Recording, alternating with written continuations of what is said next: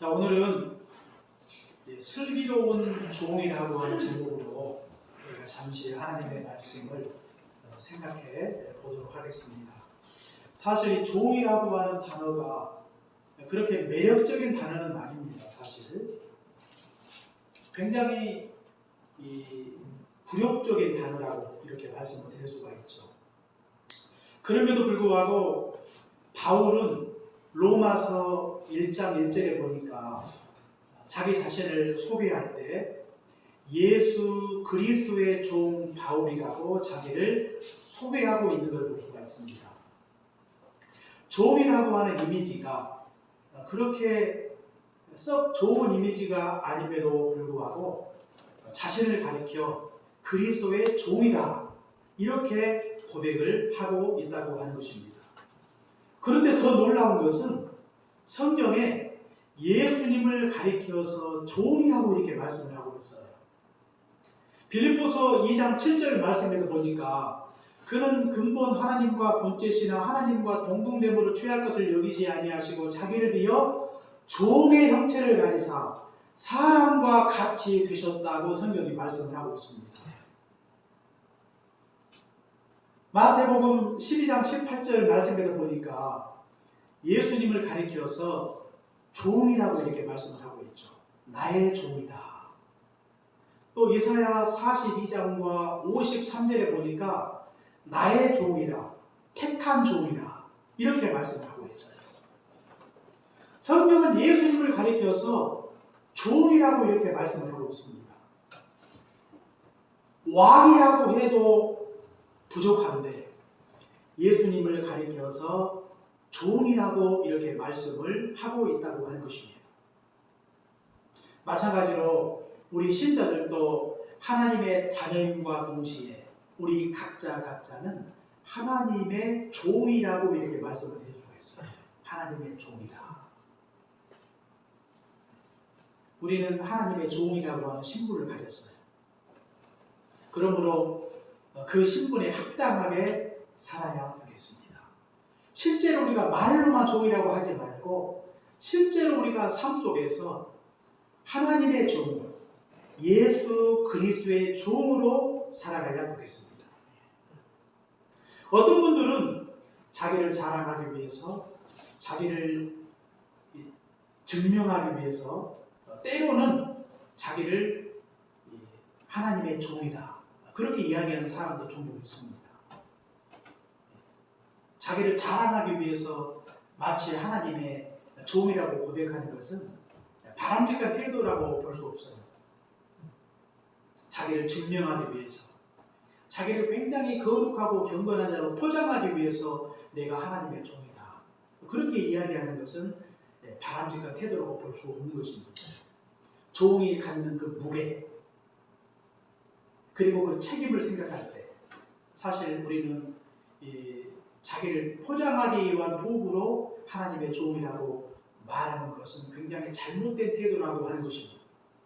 우리가 하나님의 종으로 인식할 뿐만 아니라 실제 삶 속에서 그분의 종이 되어 살아가야 될 그런 책임이 우리에게 주어졌다는 사실을 항상 기억하시고 우리가 진정한 하나님의 종으로 살아가시기를 주의 이름으로 축원합니다. 그런데 종은 다 똑같은 종이 아니에요. 오늘 우리가 성경을 통해서 볼 때 종도 두 가지가 있어요. 하나는 어리석은 종이 있는가 하면 하나는 슬기로운 종이 있다고 하는 것입니다. 어떤 종이 있다고요? 또 어리석은 종이 있어요. 자, 여러분은 어떤 종이 되기를 원하십니까? 슬기로운 종이 되셔야 되겠습니다. 이 어리석은 종은 어떤 종인가? 물론 우리가 여러 가지로 이야기할 수가 있지만 우리가 성경에 비추어 볼 때 우리가 두 가지 정도를 생각해 볼 수가 있는데요. 일단 어리석은 종은요, 자기가 주인 행세하는 종입니다. 우리가 마태복음 21장에 보니까 어떤 한 주인이 종들에게 농부에게 자신의 포도를 맡겨두고 먼 타국으로 떠나지 않습니까? 일정한 세를 받기로 약정을 하고 주인이 포도를 그들에게 맡기고 떠나요. 추수 때가 되어서 자기 종들을 보냅니다.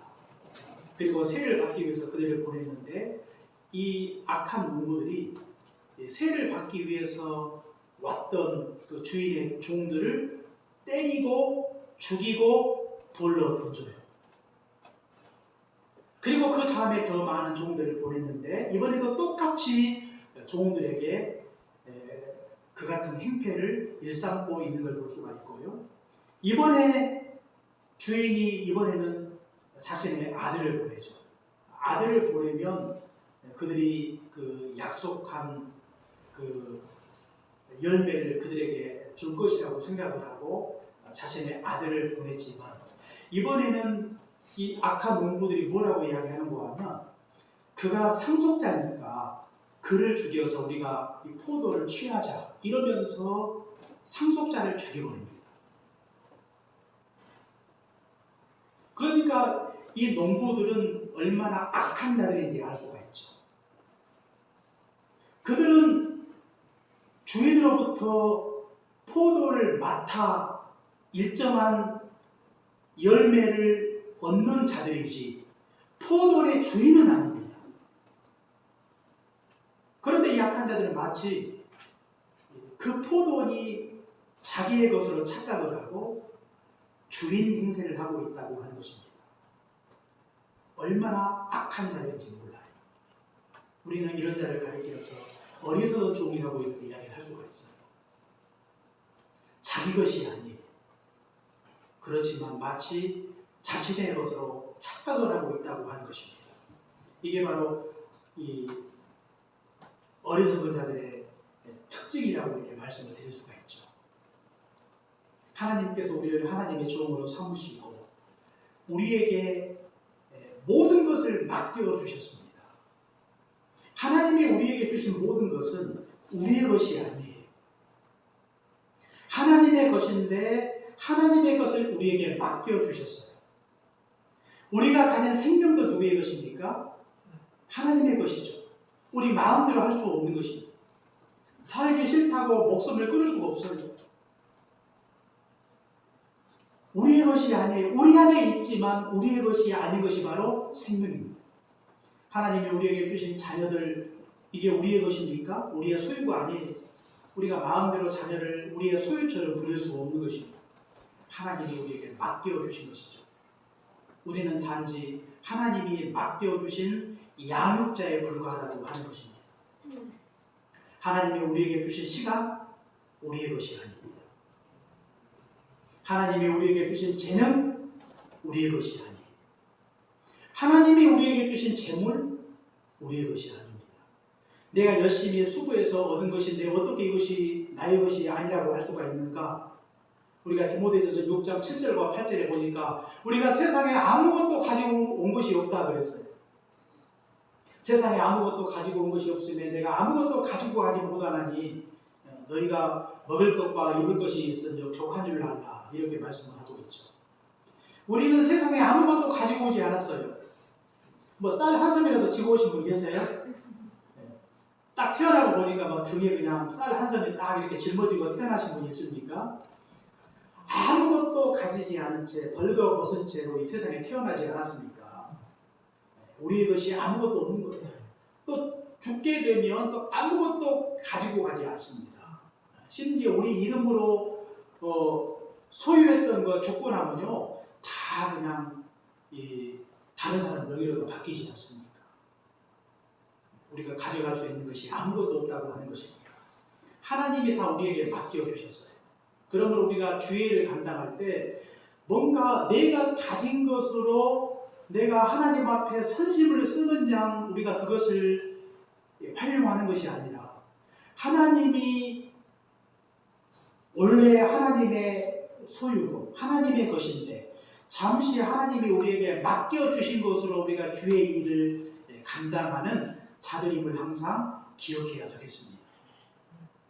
우리가 가진 재능도 우리의 것이 아니에요. 그러므로 그 재능을 내가 하나님의 영광을 위해서 사용하는 것이 옳은 것입니다.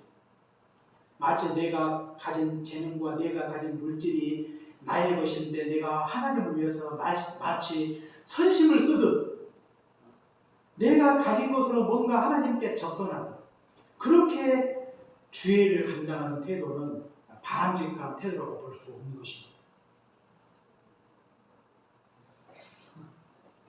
우리가 가진 시간도 다 주의 것이. 그러므로 내가 하나님의 종으로 내가 주님을 위해서 내가 가진 시간과 열정과 그리고 내가 가진 모든 재능과 물질을 들여서 하나님을 섬기는 것이 마땅한 종의 자세라고 하는 것입니다. 그러므로 우리 어리석은 종이 되지 않기 위해서 우리에게 필요한 것이 무엇입니까? 그것은 우리는 하나님 앞에 우리가 맡은 자요. 그 맡은 것으로 내가 주를 섬기는 자임을 항상 기억하고 우리가 하나님 앞에 선한 청지기로 살아가시기를 주의 이름으로 축원합니다. 그 다음에 두 번째로 어리석은 종은 어떤 종인가? 노예와 같은 종입니다. 노예. 우리가 마태복음 25장에 보니까 우리가 달란트 비유가 나오지 않습니까? 어떤 주인이 타국으로 가면서 자기 종들에게 달란트를 맡기죠. 어떤 사람에게 1달란트, 2달란트, 5달란트를 맡겨요. 그런데 2달란트와 5달란트 받은 자들은 열심히 장사해서 배의 이득을 남겨요. 그런데 1달란트 받은 자는 그 달란트를 땅을 파고 땅 속에 감추어 두지 않습니까? 주인이 돌아왔을 때 2달란트, 5달란트 받은 자들은 장사해서 배를 남겨 주인을 기쁘게 하죠. 그런데 1달란트 받은 자는 그것을 땅에 감추어 두었다가 주인이 오니까 다시 그것을 꺼내어서 주인에게 드려요. 마치 2달란트 받은 자와 5달란트 받은 자들은 어떤 자인가? 주인 같은 종들입니다. 그러나 한 달란트 받은 자는 노예 같은 종이에요.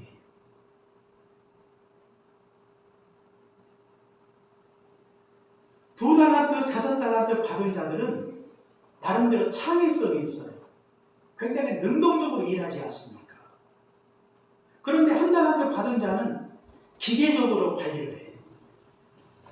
여기에도 창의성이 보이지 않아요? 굉장히 소극적이에요. 굉장히 수동적입니다. 기계적으로 일하고 있는 걸 볼 수가 있어요. 마치 노예를 보는 것과 같은 것입니다. 우리가 하나님의 종으로 일할 때도 마찬가지예요. 우리가 사람의 눈치를 보고 적당히, 소극적으로, 형식적으로 주의를 감당하는 종은 어떤 종인가? 노예와 같은 종이라고 하는 것입니다. 그의 삶 속에서 어떤 창의성도 보이지 않습니다. 능동적으로 일하지 않습니다. 적극적으로 열정적으로 일하지 않습니다. 적당히 사람 눈치 보고 소극적으로 기계적으로 사무적으로 일하는 자가 바로 노예와 같은 종이라고 이렇게 말씀을 드릴 수가 있어요. 하나님이 우리에게 원하시는 종은 어떤 종인가? 주인 같은 종입니다. 신분은 종인데 실제로 주인과 다르지 않아요. 하나님이 우리에게 맡겨주신 것을 마치 주인과 똑같이 일하는 자를 가리켜서 우리는 주인 같은 종이다 이렇게 말씀을 드릴 수가 있어요. 하나님이 맡겨주신 것으로 열심히 일하여 2달란트 받은 자는 2달란트를 더 남기고 5달란트 받은 자는 5달란트를 더 남기는 종, 이런 종을 우리 주님이 간절히 원하고 계신 것입니다. 우리 해민교회 모든 성도들은 노예 같은 종이 아니라 주인 같은 종이 되어 우리 주님 앞에 인정을 받으시는 신실한 주님의 종으로 살아가시기를 주의 이름으로 축원합니다. 그 다음에 두 번째로 슬기로운 종은 어떤 종인가? 첫 번째는 어리석은 종에 대해서 같이 말씀을 나누었고요. 두 번째는 슬기로운 종에 대해서 같이 말씀을 나누실 텐데, 슬기로운 종은 우리가 잠언 17장 2절을 보시면 알 수가 있습니다. 같이 한번 읽겠습니다. 자, 시작. 슬기로운 종은 부끄러운 짓을 하는 주인의 아들을 다스리겠고 또 형제들 중에서 유업을 나누어 얻으리라. 아멘. 부끄러운 짓을 하는 주인의 아들을 다스린다 그랬어요. 굳이 종은 관여하지 않아도 되지만 이 종은 어떤 종인가? 주인의 편에 서서 일하는 종입니다. 이게 바로 슬기로운 종이에요. 사실 이 어리석은 종은요, 주인이 뭐 어떻게 되든 말든 별로 신경 안 써요. 적당히 눈치 보고 적당히 시키면 하고, 소극적으로, 수동적으로 참여하는 자죠. 그런데 이 반대로 슬기로운 종은요, 그렇지 않습니다. 마치 주인의 일을 내 일처럼 하는 것입니다. 주인의 편에 서서 주인과 똑같은 마음으로, 똑같은 자세로 그 일을 감당하는 자가 바로 슬기로운 종이라고 하는 것입니다. 종은 종인데 어리석은 종과 슬기로운 종은 자신에게 주어진 그 일을 수행함에 있어서 그 태도가 자세가 완전히 다르다고 하는 것입니다. 주인의 편에 서서 주인의 마음으로 주인과 같은 심정으로 모든 일을 감당할 수 있는 자가 바로 슬기로운 종이라고 하는 것입니다.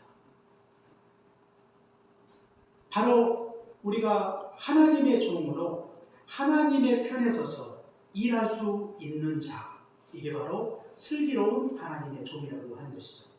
우리가 어떻게 하면 하나님의 편에 서서 우리가 일할 수 있을까요?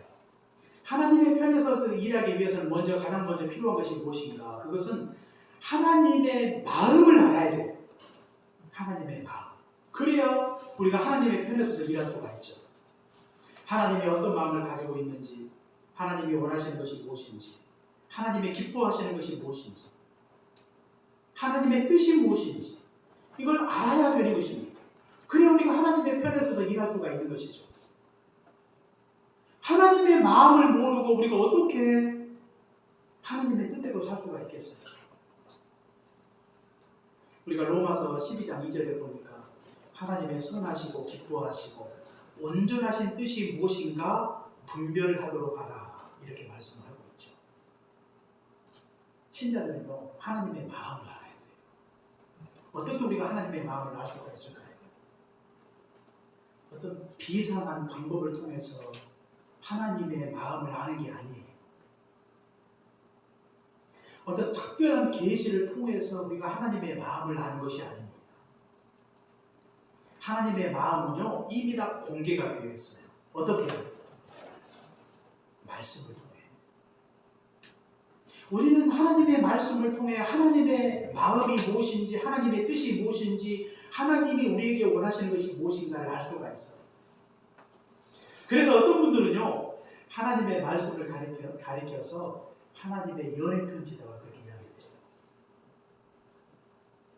연애 편지는요, 상대방의 마음을 알 수가 있죠. 연애 편지는 때로는 굉장히 완곡하게 자신의 마음을 표현하고 있지만 그 내용 속에 자신의 마음이 녹아있지 않습니까? 그렇죠. 그렇기 때문에 대체적으로 연애할 때 연애 편지는요, 읽고 또 읽어요. 그 속에 어떤 뜻이 들었을까? 나에 대해서 어떤 마음을 가지고 있을까? 나에게 원하는 것이 무엇입니까? 그의 마음을 알고 싶은 거죠.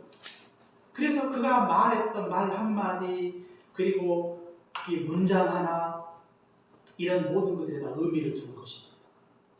그렇게 연애하지 않습니까?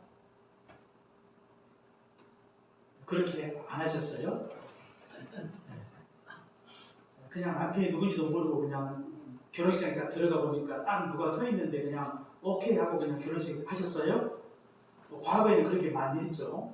부모들이 맺어주면 그냥 아무런 대꾸도 못하고 그냥 하늘의 뜻이려니 하고 그냥 서로 만나서 결혼도 하고 그렇게 살았지만 요즘은 그렇지 않죠.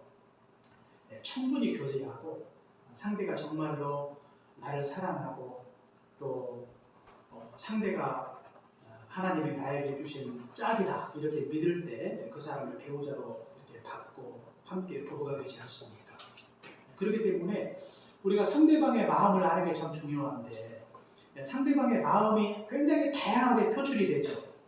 우리는 성경을 통해서 하나님의 마음을 알 수가 있어요. 그래서 이 성경을 읽고 또 읽고 읽다 보면 이 성경 속에서 하나님의 나에 대한 하나님의 사랑이 무엇이고 하나님의 나에게 원하시는 것이 무엇이고 또 하나님의 뜻이 무엇인가를 우리는 성경을 통해서 밝히 알 수가 있어요. 하나님의 뜻이 감추어져 있는 게 아니에요. 하나님의 뜻이 공개가 되었습니다.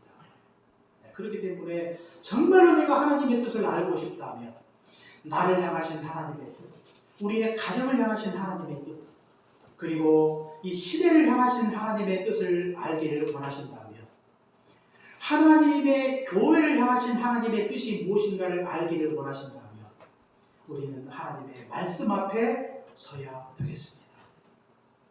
매일매일 서야 돼요.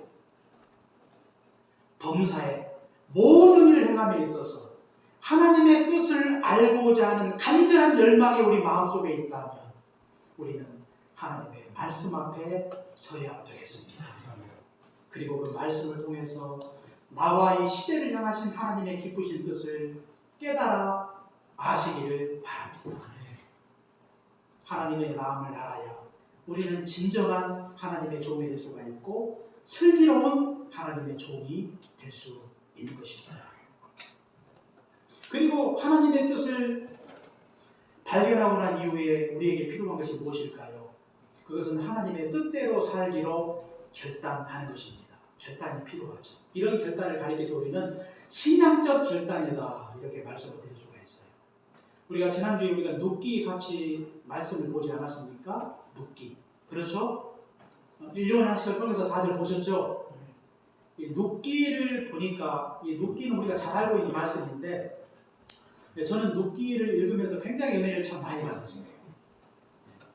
다시 한번 이 눕기를 통해서 많은 깨달음을 참 얻게 되었는데요.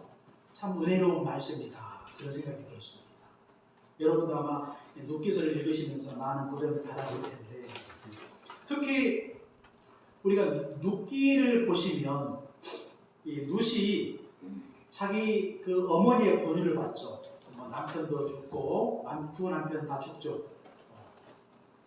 이제 룻에게 두 아들이 있었는데 두 아들이 다 죽지 않습니까? 며느리가 둘인데 이제는 자신에게 더 이상 소망이 없어요. 자신에게 뭐 아들이 있는 것도 아니고 기회대 혼인에 의해서 뭐 동생이라도 있으면 후손을 얻을 수가 있지만 아들도 없는 상태예요.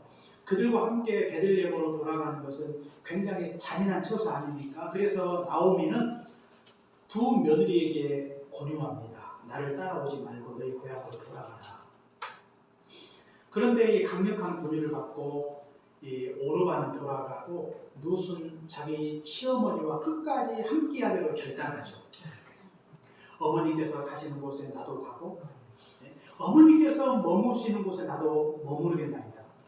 어머니의 백성이 나의 백성이 되고 어머니의 하나님이 나의 하나님이 되시기를 원하나이다.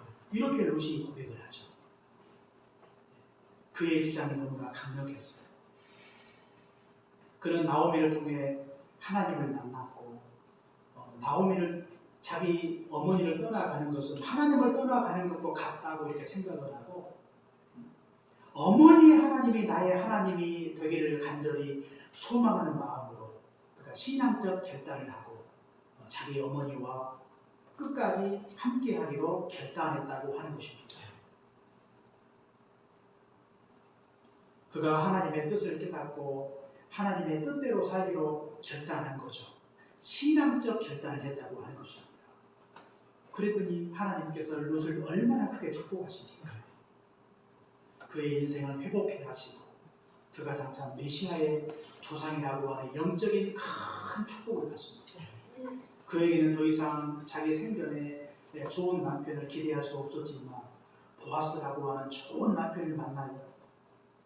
재력도 있고 능력도 있고 신앙도 있는 좋은 남편을 만나 하나님의 그의 인생을 완전히 회복해 하셨다고 하는 것입니다. 그의 신앙적 결단을 보시고 하나님이 그를 축복해 주셨다고 하는 것입니다. 우리가 이 세속적이고 현실적인 결단을 할 때가 참 많이 있어요. 인생의 미래를 위해서 자신의 사업을 위해서 다양한 삶의 문제를 위해서 우리가 많은 결단을 할 때가 있지만 정작 우리가 신앙을 위해서 내가 얼마만큼 결단하고 있는지 개인의 영성과 가정의 경건과 교회의 변화와 그리고 복음 역사를 위해서 과연 내가 어떤 결단을 하고 있는가 우리가 다시 한번 자기 자신을 돌아보아야 되겠습니다.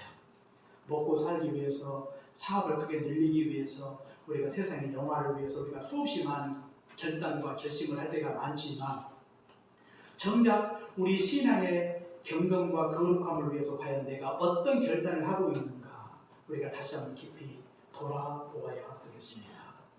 슬기로운 종은 이런 신앙적 결단을 할 줄 아는 종이 바로 슬기로운 종이라고 하는 것입니다.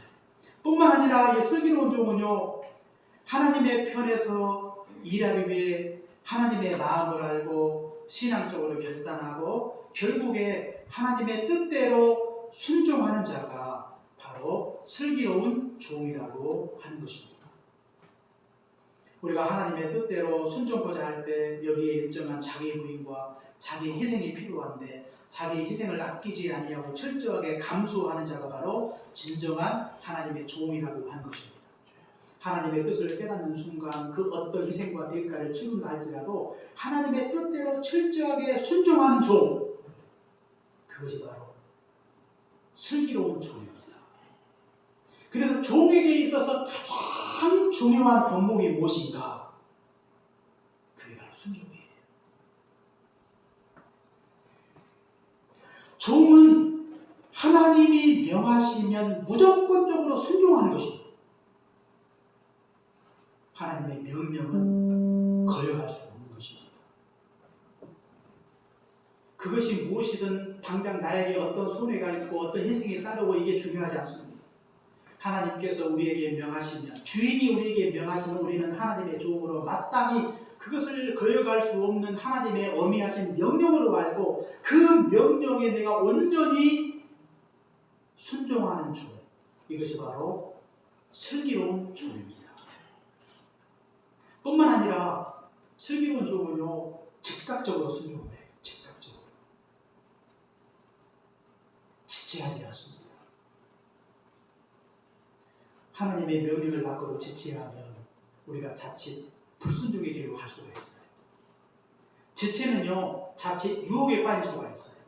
하나님이 내 마음속에 깨달음을 주실 때 조금도 지체하지 말고 즉각적으로 순종하십시오. 그런 자에게 하나님의 은혜를 주십니다. 뿐만 아니라 우리가 온전히 순종을 해야 되겠어요. 마음으로 순종하고 행함으로 순종하는 것입니다. 우리의 몸만 가는 것이 아니라 마음까지 가는 것입니다. 처음부터 끝까지 같은 마음으로 우리가 하나님 앞에 온전히 순종하는 것이죠. 이 같은 종으로 살아갈 때 그 같은 종들에게 하나님께서 복을 주시는 것입니다. 우리가 오늘 성경 2절 하반절에 보니까 슬기로운 종은 부끄러운 짓을 하는 주인의 아들을 다스리겠고 또 형제들 중에서 유업을 나누어 얻으리라 그랬어요. 종인데 형제들 중에서 유업을 나눈다 그랬어요. 종인데 종의 대우를 받는 것이 아니라 어떤 대접을 받고 있습니까? 아들의 대접을 받는 것이죠. 신부는 종인데 주인 같은 종으로 살아간다면, 슬기로운 종으로 살아간다면, 주인의 편에서 일하는 종으로 살아간다면 종이 아니라 아들의 대접을 해주겠다, 그런 뜻이에요. 얼마나 가장 축복입니까? 종으로 사는 것이 부끄러움과 수치가 아닙니다. 영광이에요. 복이라고 하는 것이죠. 이런 종으로 살았던 인물이 우리가 창세기 15장에 나와 있는 엘리에셀이라고 하는 종입니다. 아브라함의 종이죠. 그는 어려서요, 이 아브라함이 후사가 없을 때 하나님 앞에 내가 지금 후사가 없는데 나는 후사가 없지만 이 엘리에셀, 다메섹 출신의 엘리에셀을 자신의 후사로 삼겠다고 아브라함이 고백하죠. 그러니까 하나님이 뭐라고 말씀하세요? 내 후사는 내 몸에서 날짜가 후사가 되리라, 이렇게 말씀해요. 엘리에셀은 아브라함의 종이었습니다. 그런데 그를 종이 아니라 자신의 아들로, 자신의 상속자로 그를 세우고자 했던 것이죠. 그가 그렇게 한 이유가 무엇입니까? 그는 노예 같은 종이 아니라 주인 같은 종이었습니다. 주인의 마음을 헤아려서 주인의 뜻대로 순종하는 종이었습니다. 그래서 아브라함은요, 이 엘리에셀을 종으로 취급하지 않았어요.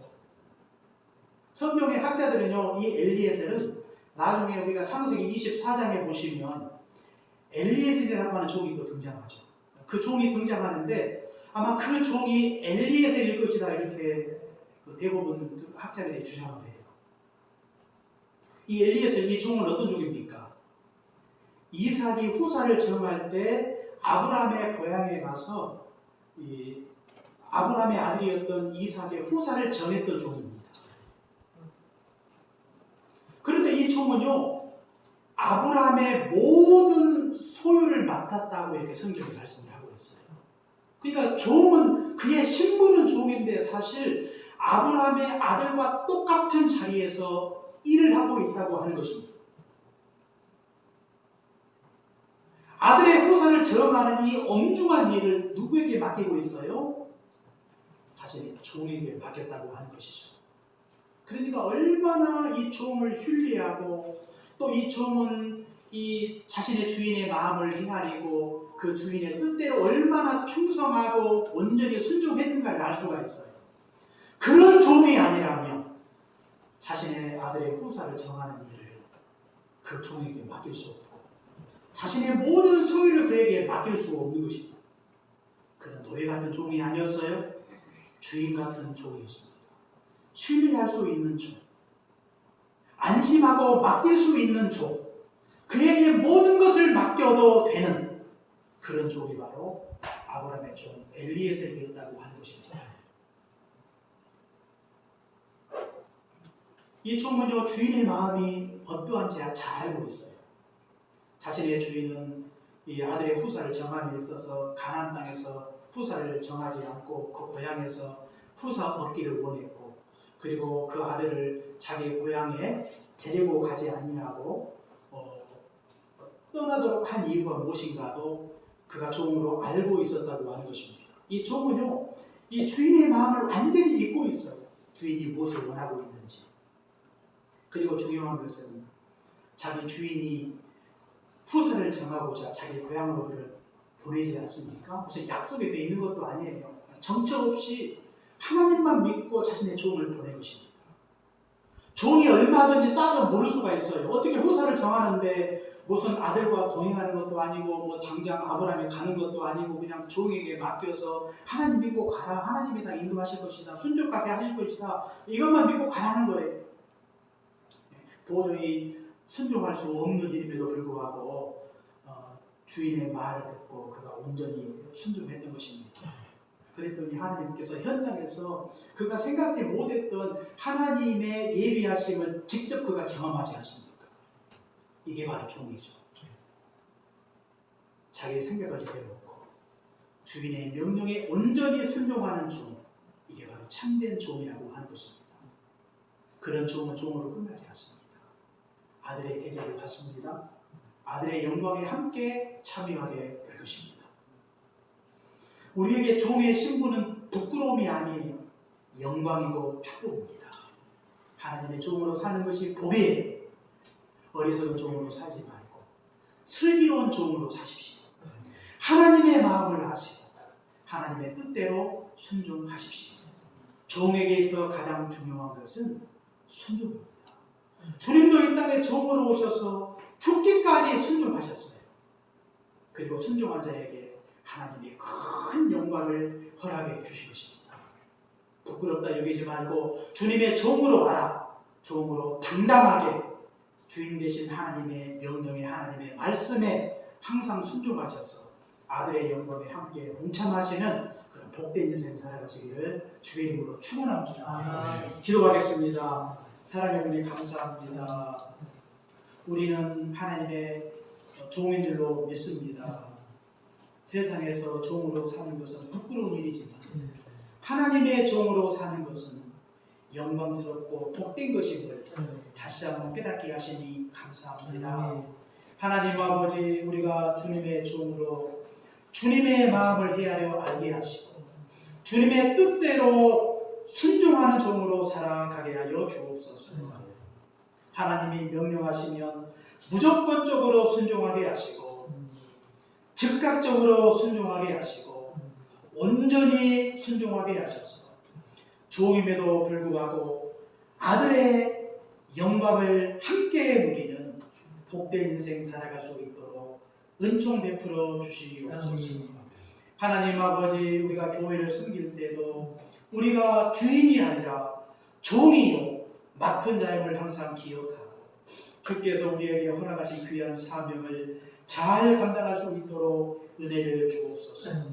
때로는 우리가 하나님의 교회를 섬기면서 잘못된 주인의식 가지고 마치 내가 교회의 주인이라고 착각을 하고 살아갈 때가 많이 있사오나 우리 모두는 각자는 하나님께서 맡겨주신 청직임을 항상 기억하고 맡은 자리에서 맡은 것으로 우리가 주의 나라와 하나님의 영광을 위해서 헌신하며 충성하며 살아갈 수 있도록 우리 해민교회를 축복해 주옵소서.